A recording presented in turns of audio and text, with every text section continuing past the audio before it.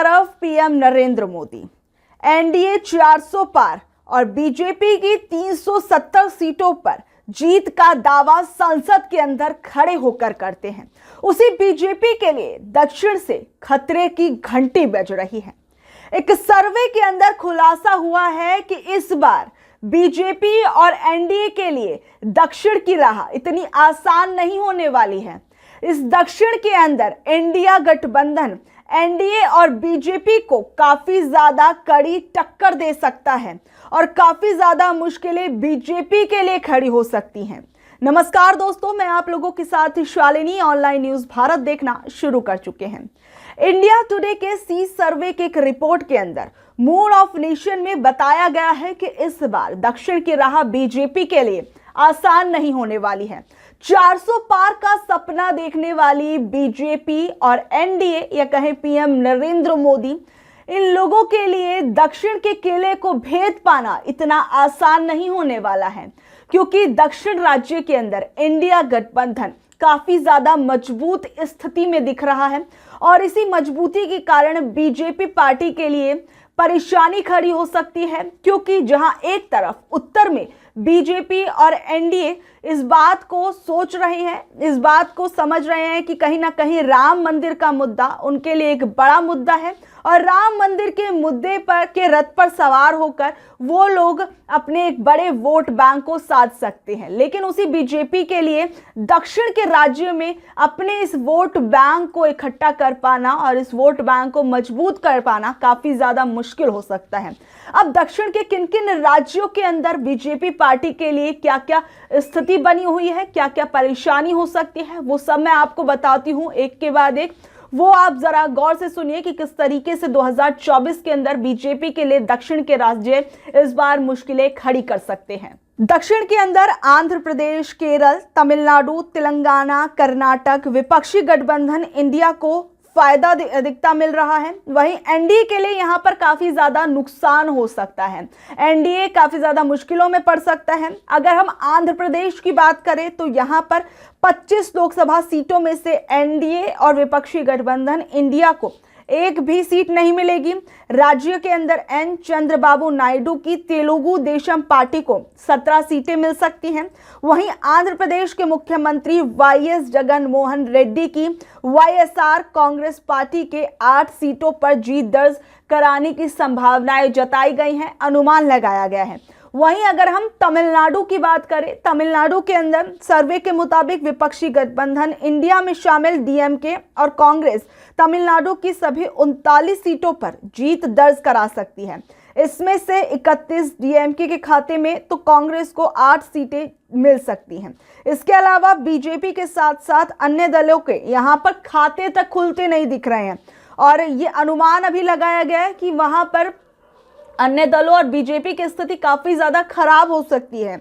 वहीं अगर केरल की बात की जाए, केरल के अंदर जो इंडिया गठबंधन है वो क्लीन स्वीप करता हुआ दिख रहा है और यहाँ पर केरल में बीजेपी को झटका लगता दिख रहा है, एक बड़ा झटका। इसके अंदर 20 लोकसभा सीटों में से विपक्षी गठबंधन इंडिया में शामिल कांग्रेस को 18 सीटें तो सीएम पिनराई विजयन की अगुवाई वाले एलडीएफ को 2 सीटें मिलने का अनुमान यहां पर लगाया गया है कि यहां पर काफी ज्यादा इंडिया गठबंधन जो है मजबूत स्थिति के अंदर है। वहीं तेलंगाना की अगर बात की जाए तो तेलंगाना के अंदर बताया गया है कि अभी लोकसभा चुनाव हो जाते हैं यहाँ पर, तो तेलंगाना की 17 लोकसभा सीटों में से कांग्रेस 10 सीटों पर जीत दर्ज कर सकती है। इसके अलावा बीजेपी को 3, बीआरएस को 3 और एआईएमआईएम को 1 सीटें मिलने की उम्मीद जताई गई है। वहीं अगर हम कर्नाटक की बात करें, कर्नाटक जो कि अभी इस विधानसभा चुनाव के अंदर कांग्रेस ने बहुमत के साथ सरकार बनाई और बीजेपी पार्टी को किस तरीके से करारी हार मिली है और कर्नाटक जैसे राज्य के अंदर जहां उम्मीद बीजेपी को थी कि वो इस राज्य के अंदर जीत सकती है, लेकिन कांग्रेस पार्टी यहां पर काफी ज्यादा हावी नजर आई थी बीजेपी पार्टी पर। बीजेपी पार्टी के जो मुद्दे थे वो फेल होते हुए इस राज्य के अंदर नजर आए थे, जिस कारण कांग्रेस पार्टी ने जीत दर्ज कराई थी। तो यहां पर क्या कुछ हाल है वो आप जरा सुनिए। कर्नाटक के अंदर सर्वे के मुताबिक कर्नाटक की 28 लोकसभा सीटों में से बीजेपी 24 सीटों पर जीत दर्ज करा सकती है। इंडिया ब्लॉक की 4 सीटें जीत सकते हैं।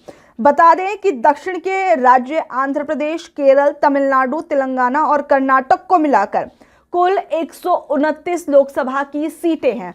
तो आप समझ सकते हैं कि किस तरीके से इस बार जो इंडिया गठबंधन है वो दक्षिण के अंदर बीजेपी पार्टी के लिए एक बड़ी मुश्किल खड़ी कर सकता है, क्योंकि इंडिया गठबंधन को जहां शुरू में जो बीजेपी पार्टी थी वो काफी ज्यादा हल्के में ले रही थी, कि उसका कहना था कि ये जो तमाम विपक्षी गठबंधन के लोग हैं एक साथ आ गए हैं लेकिन लंबे समय तक एक साथ नहीं चल पाएंगे। लेकिन उसके अंदर से हुआ भी कुछ दलों के साथ ऐसा कि कुछ दल उसमें से अलग हो गए, लेकिन कहीं ना कहीं जो बीजेपी पार्टी है उसके लिए इंडिया गठबंधन अगर 2024 तक इसी तरीके से एक साथ एकजुटता के साथ लड़ता रहा तो बीजेपी को कड़ी टक्कर दे सकता है। और इंडिया गठबंधन के लिए काफी ज्यादा अच्छी खबर है ये इस रिपोर्ट के अंदर। वहीं बीजेपी के लिए टेंशन खड़ी हो सकती है, क्योंकि जहां बीजेपी पार्टी उत्तर के राज्यों में राम मंदिर के रथ पर सवार है कि राम मंदिर का जो मुद्दा है काफी ज्यादा बड़ा है, लेकिन बीजेपी इस बात को भी कहीं ना कहीं अनदेखा नहीं कर सकती है कि यहां पर राम मंदिर का मुद्दा तो है ही, लेकिन इंडिया गठबंधन अगर मजबूत और भी ज्यादा हो जाता है तो 2024 के पूरे लोकसभा चुनावों के अंदर हमें काफी ज्यादा मुश्किल हो सकती है।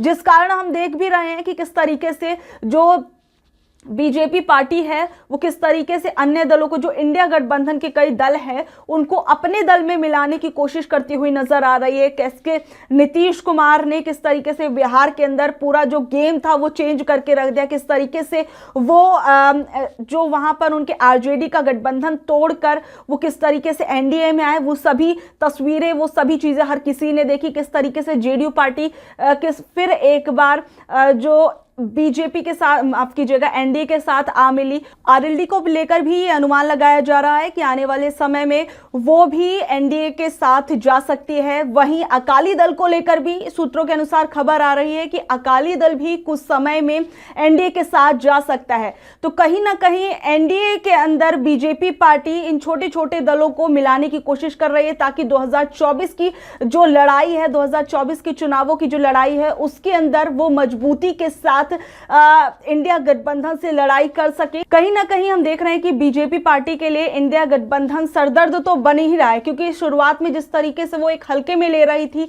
और अब इंडिया गठबंधन के कई जो पार्टियां हैं उसको अपने में शामिल करने में लगी है। तो बीजेपी भी ये जानती है कि अकेले अपने बल पर तो वो 2024 के चुनावों में जो है बहुमत हासिल शायद ना कर पाए, इसलिए वो अलग अलग दलों को अपने साथ मिलाने की पूरी जोर आजमाइश करने में लगी हुई है। बाकी आप लोग इस बारे में क्या कुछ कहेंगे नीचे दिए गए कमेंट बॉक्स में जरूर बताइएगा, और ऐसे अपडेट से जुड़े रहने के लिए देखते रहिए ऑनलाइन न्यूज़ इंडिया। धन्यवाद।